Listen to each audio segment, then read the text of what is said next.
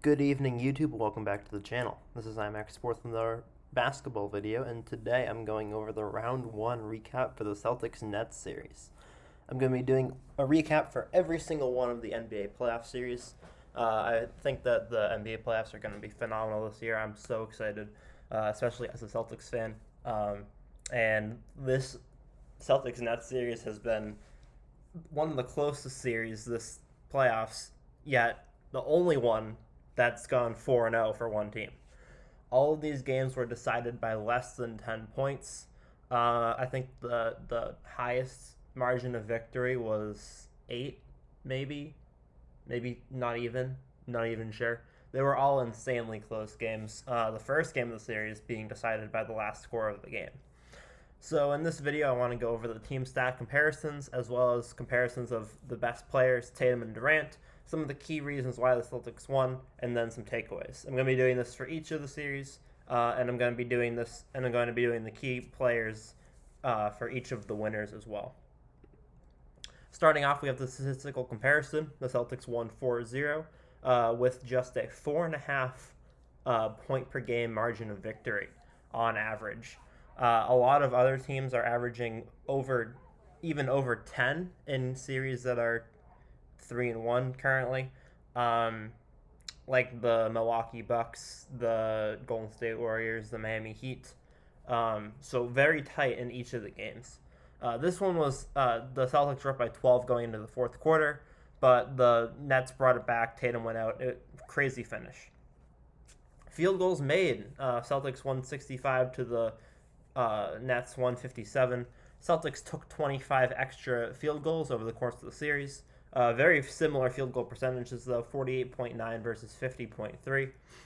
For 3 points, the Celtics took 30 extra threes, resulting in only 3 extra makes, 35.5% for the Celtics, 42.2% for the Nets. Celtics got a lot more shots off over the course of the series from things we'll talk about later, and that did help out with the field goal percentage, especially with the 3-point percentage deficit attributed a lot by Seth Curry and the whole team, but Seth especially in this last game. 75 free throws made by the Celtics, 76 made by the Nets. And Claxton missed 11 in a row today, which could have been the deciding factor of the game.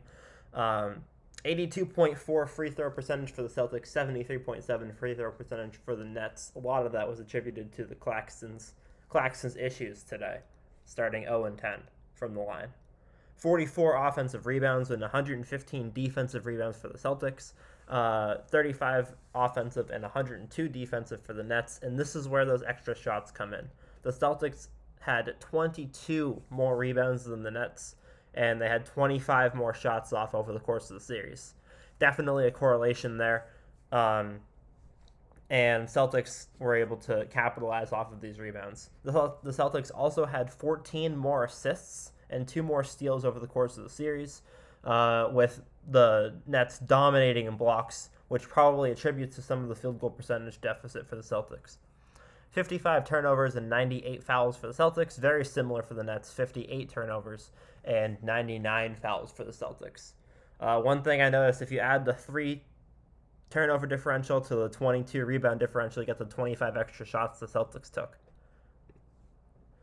Going on to Tatum versus Durant. We have Tatum at 29.5 points a game. Kevin Durant at 26.3. Both of them put up a 29-point game. Durant's was tonight. Massive game for Durant tonight. 41.7 minutes for Jason Tatum. 44 for Durant per game. 36 field goals made and 79 field goal attempts for Tatum. Very similar numbers for Durant. 32 made on 83 attempts. So opposite of what the teams are looking like. Tatum had a better field goal percentage than Durant. A lot of that was tonight. Tatum shot really well tonight from the field and from 3.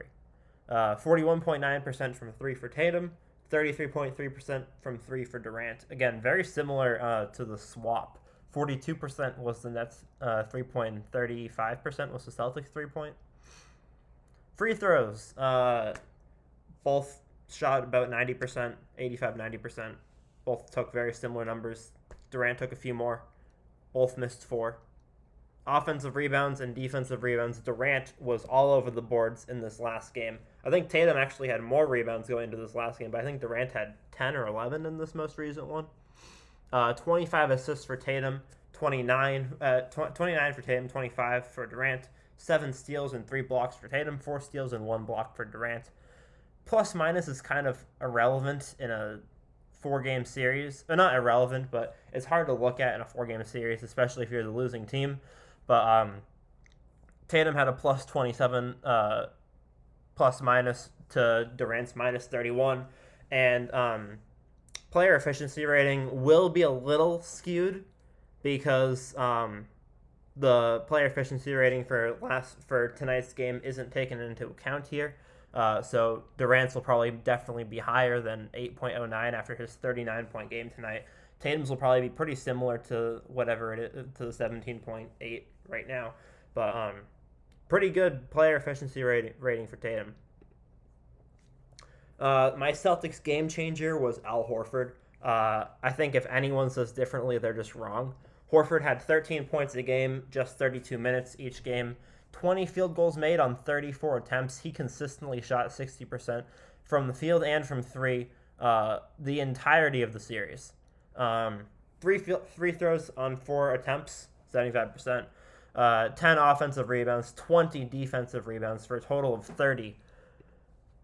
23 and 18 for Durant and Tatum, just for perspective. Al Horford had 30. 8 assists, 3 steals, 3 blocks, 15.9 efficiency rating, and 20 plus 26 plus minus.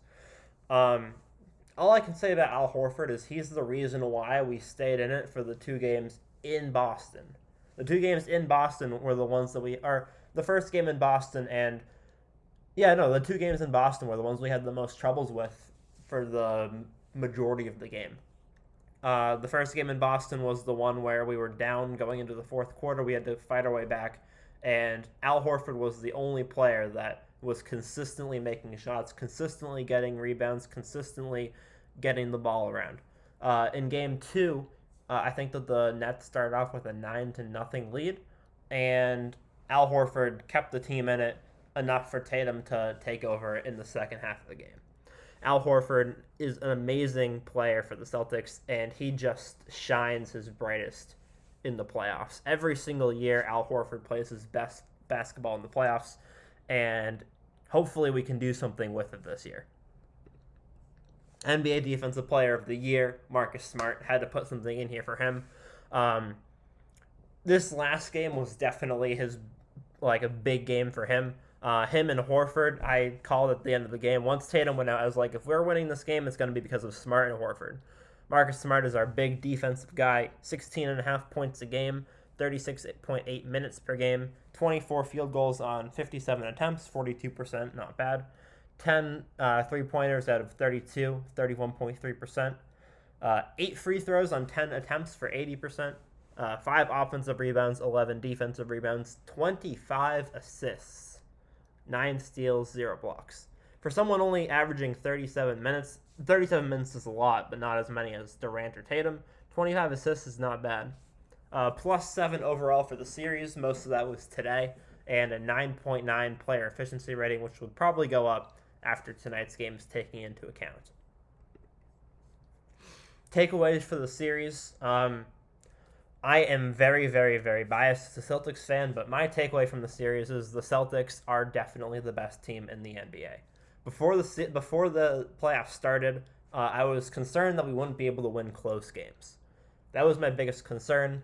The beginning of the season, we got demolished in any game within 5 points or within 6 points or whatever. As the season went on, we started doing better and better.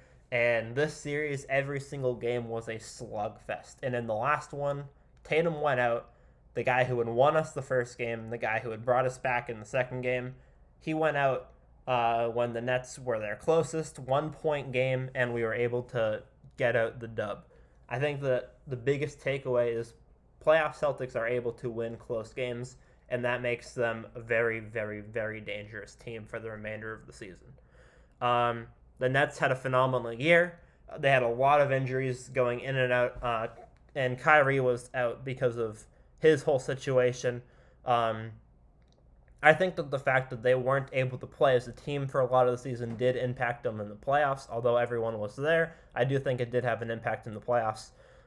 They'll definitely be back next year. They'll be around next year. But a 4-0 series to recover from that 4-1 beatdown last year definitely feels good as a Celtics fan. So I'm excited to watch the rest of the games. I'm excited to do the rest of the series. I will be doing 7 more of these videos as the rest of the series wrap up.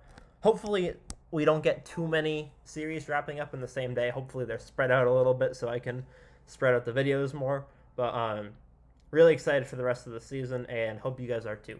So thank you guys for watching. I hope you guys enjoyed. Make sure to comment your thoughts down below. Who do you think is going to win the finals? Who do you think is going to take up the next spots in the next round of the playoffs? And any other video ideas you guys have, let me know. I do want to continue doing videos, so sorry it's been a while since my last one. I had a really busy past couple of weeks, but I'm really excited for the NBA playoffs to really start taking off. So thanks for all the support. I'll see you guys all in the next one. Peace.